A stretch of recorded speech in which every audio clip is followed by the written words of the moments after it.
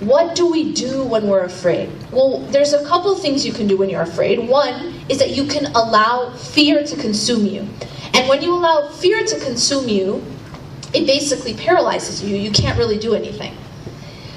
There's another way to deal with fear, and that is to seek protection from that which you're afraid of, right?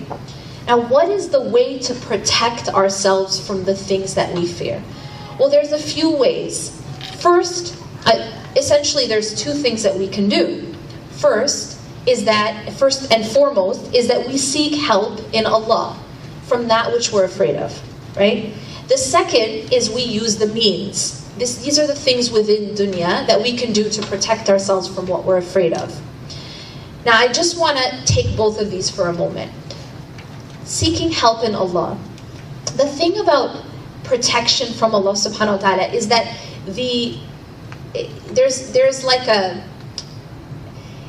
covenant between us and Allah subhanahu wa ta'ala. It's kind of like an opportunity that Allah gives us. It's a deal that Allah subhanahu wa ta'ala is making with us.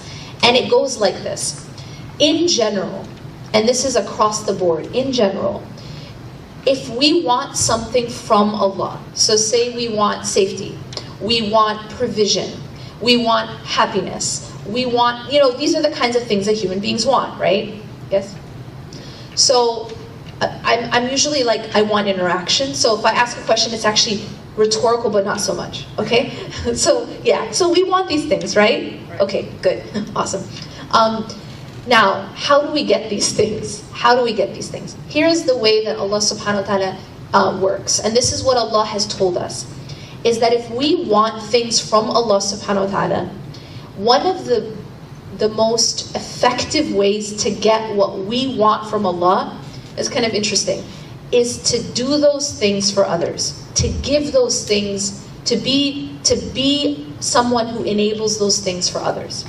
So it's a very interesting type of dynamic.